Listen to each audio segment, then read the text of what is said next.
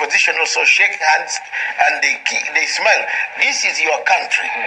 Whether you are in exile or you are in Gambia, whether there is suffering, however much you suffer, whether you are in Britain, in Germany, in where, one thing remains whenever you are on the streets of London. People ask you, even when the policeman stops you in London, he asks you, where did you come from originally? You will not say, I come from Mars. I come from this particular Yes, you will say, I come from Gambia. Dr. I come from Uganda. Yeah, just before you joined us on the set, I had asked the panel before you came in this question as to really why you think this time around the opposition is united in a rare occurrence, united in challenging the incumbent in Gambia, because you've seen over about 8 or 7 opposition parties coming together to support Adama Barrow in this election. What informs this decision? Exactly, because the opposition in Gambia has seen the light. Unlike oppositions in the rest of countries like Uganda, Kenya, they don't unite. Zimbabwe, they don't unite. And then they keep on calling names of this, oh, this man has overstayed. How can you have a single man only say, my party will go for it, your party, then get your votes? Yes, but now the opposition in Gambia has seen the danger that we need to change to make our country better, to add on the legacy that has been left by the founding father. And then Jammeh Yahya, he's also brought a legacy. There are things that he has done. You can call everything wrong, but there are certain things that Jammeh Yahya has also tried to improve in Gambia. Right, Dr. Masanga. We'll be coming into that and exactly want to know from you, because you've been in this scene of politics for quite some time, and you're better informed to even educate and inform the viewer about Gambia and all that you think, you suppose Yahya Jammeh has done for the last 22 years. He's been in power. But let me ask Lena Adhiambo, what do you suppose will be the major or the priority, the biggest task that the coming president, be it the incumbent to retain his seat or anyone who is going to take over from the incumbent now, will prioritize or has to prioritize for the people of Gambia? For the people of Gambia, mainly what they'll have to prioritize first is unity and peace, especially because of these elections. What we've seen, it was not a very good scene. And so the first priority of the president who will come in is peace and unity. Through that, the Gambians will be able to work together and build their country. So what is priority right now is peace, because we've seen people who've been killed, we've seen protests, we've seen the opposition complaining about the killings and mistreatment and imprisonment of many opposition leaders and pro-democracy activists. So mainly, I think the main priority now for the president is to unite Gambia first, and then Gambia can develop from there. Yes. So it's a healing process first. Yes. Dr. Masanga, you suppose rather, because Yahya Jammeh has been in power for the last 22 years, and despite the fury, some of the people who maybe categorically who are supporting the opposition say maybe it's time he has to hang up the boots and leave the scene for other people to play. I'm asking you this question directly. What do you suppose has been the practical achievements for President Yahya Jammeh for the last 22 years? I think he, as a leader, he has stunned very many people with new direction of where Africa goes. To be very honest, he is shown a true African leadership of what should be done by an African. Yes, there are things that he has brought, come in with medicine, telling people this is how to, you can save people like this, you can do. I think from his mindset, he's a traditionalist, a traditional guy who wanted a conservative, who wanted to retain the conservative base of the Christianity plus the conservative base of Muslims, so that he acts like this is a pure African solution. He's more, compared to Gaddafi, he's more or less, Gaddafi, he has that trait of Gaddafism, where he could stand and say, this is my place. And then bring back to the likes of Mugabe. He could say, yes, I stand by this. There are certain decisions he's taken which baffle even the AU and the UN. He says, no, you are not going to come here. And that is it. But on the basis of going back to the point, of what Elena has said. There is a need for any leader who takes over Gambia to reunite the people, to do a redemption strategy of healing the souls, healing reconciliation. After the bracing period of campaigns, there have been campaigns under the 22 years of somebody in power. He's created a voting pattern.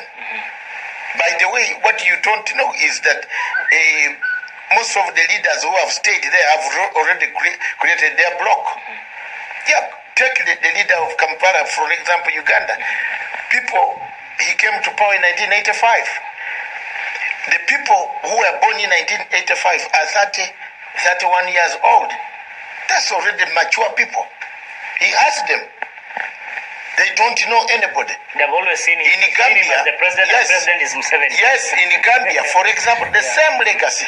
They don't know Sir Adama Barrow. No, there is Sir, the first president, Sir Babab Darewa. Yes, I think the viewers will tell you that gentleman who brought independence to Gambia. Some few people just say, who was that? But they know this man as the only person who has been there. So he's created a class of his own. But the danger of such staying is this same class could question, because there is a lot of internet, social media, they could question, why are you still here? Yeah. Yes. The people tackling President Museveni, for example, in Kampala, the Besigye style, are the same people who are querying, hello, for us, all these horses, I've said, we told you. But the people themselves in the NRM, for example, turned on President Museveni. Look at the candidates who filed. It reminds me, when you talk about an ideology, a president who creates an ideology. Exactly. It reminds me on the retired president of Kenya, yes. Moi. I'm talking about Moi because during those days when we were growing up, we only knew when anyone could be asked, who do you want to become when you grow up? Everyone would just say, I want to become Moi. What they're trying to say. Then get milk. Yeah, president. That's the point. I want to be Moi. So they connected from Moi. Like, president is Moi. Moi is president. Yeah, exactly. So they could differentiate. There is a clique in Gambia. There are people in Gambia. You see, we are getting views from the diaspora. Yeah. But if the internet opens up, there are some people. By yesterday, you saw the end. Some people from Spain were saying, hello. No, there are certain things that we should not condemn our country too much. You know, these things change. He has some people who support him. Yeah. He has got, you can't be in power for that long if you have not nurtured your army. Remember, he came as a general. Yes, you see what happened to Sankara in Burkina Faso. Sankara was assassinated by his friend who helped him to overthrow the government, who is now under trial for having killed Sankara. Okay. But so far in Gambia, the army looks like it's united behind General Yahaya. Yeah, Dr. Masanga, you've outlined some of the critical achievements or positive achievements that Yahya Jammeh's rule has had for the last 22 years. I think one of the critical achievements he has brought is to produce the chief prosecutor of the International Criminal Court. You suppose that is also one of the biggest achievements. Oh yeah, it's a good argument. Fatou Bensouda negatively sells Gambia as the only woman from Gambia who became a notorious chief prosecutor. And don't forget, Fatou Bensouda was a minister of Justice and Constitutional Affairs in the first government of General Yahaya. Okay, Dr. Masanga. So it is an achievement for one. Fatou Bensouda owes a lot to Yahya Jammeh. Yes. Right, Dr. Masanga. And he's brought Gambia. Nobody would know Gambia. Some big countries would say, which one is this? But because of Fatou Bensouda internationally and then General Yahaya, we know it. So because of Fatou Bensouda, it brought Gambia to the global limelight. Yes. I'll be getting back to you, Dr. Masanga, to ask you about what you suppose are some of the shortfalls that have maybe ruined Yahya Jammeh's leadership for the last 22 years, because you've given the positive achievements. I want to get from you. The people of Gambia have been raising queries and saying that the President Yahya Jammeh, the incumbent, has been stifling the voice of dissent in Gambia. Those are some of the things that they question about his rule 22 years down the line. What do you suppose are some of the challenges that have faced Yahya Jammeh's rule for the last 22 years? Mainly is what you said. He doesn't support democracy. He doesn't support real democracy because the opposition leaders have been killed, imprisonment of these leaders have been arrested. And as we're talking right now, the main opposition leader, who is Oisanu Darboe, has been arrested. And this is the main reason why the opposition leaders are decided to unite together. To unite, because we also have 19 activists who are also in prison. And so this is one thing that the opposition is fighting against, and they're asking the government, President Yahya Jammeh, to release these people. So I'd say another challenge he has faced is that he has not really shown the real practice of democracy. He's not shown that he's in real support of democracy, because it is democracy is government for the people, and it is a government by the people. For the people. Yeah, and for the people, by the people. If I don't support you and I'm in the opposition, why do you imprison me? I have the freedom of expression. I have the freedom of speech. That is another thing. They are not able to express themselves. The rule of law has been. They've not been able to express themselves. So right, Lena. You've underlined critical issues or points. Dr. Masanga, the issue of shutting down internet and phone calls during electioneering period is now becoming a common trend, especially in Africa. Yes. What do you suppose is informing that decision? Because people make false accusations which lead to war.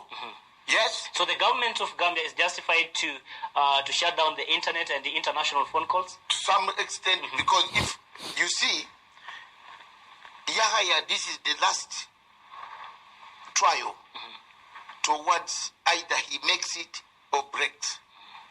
So to him, a government in power, first priority is security. Is there enough security? Because Gambia is a small state in West Africa, which can be invaded from every angle. Yes, that is one. He's justified by saying the social media could bring people to the streets prematurely. That's just as President Museveni did in Kampala, because there were very serious indications that the Open Society Foundation had funded people to come, and they were treating with equipment, sophisticated short range satellites, which can override a national grid of telecommunication. You can bring people to the streets. The flag in Zimbabwe, you saw that. Our flag, millions poured in the streets of Harare, until the man who brought the flag tag ran off, left the supporters in Harare. So there is that indication that maybe because of security reasons, we shall need to find out more as the day progresses. Was it a security concern that made the internet to be shut? Or was it a threat? Or was it part of killing democracy? Also, because democracy which is not guided can also become very undemocratic. So do we really have democracy in Africa? Which country has democracy here? Which one? One of them. Where? Kenya. Yes, Kenya, there is that democracy. But if you go beyond, for example, if you go to this national television now and announce that we want you to gather now quickly to beat President Uhuru Kenyatta, they will shut it down. That's why all television stations are guarded, because anybody could enter here and put us on any guard point and say, "Now I've announced that all Kenyans calm down. We have taken over the place. What are you going to do?" And you see hashtags on this one, our internet collapsing. So maybe there was that threat. Maybe. But in a nutshell, it is becoming a common trend. Even in Khartoum yesterday, 2, 3, 4 days ago, some newspapers were closed down. Kampala, Kampala, for example, just enters and smashes the computers. You don't have anything else anymore. They do it. So, Dr. Masanga, I'd asked you now about what you suppose are some of the shortfalls for Yahya Jammeh for the last 22 years.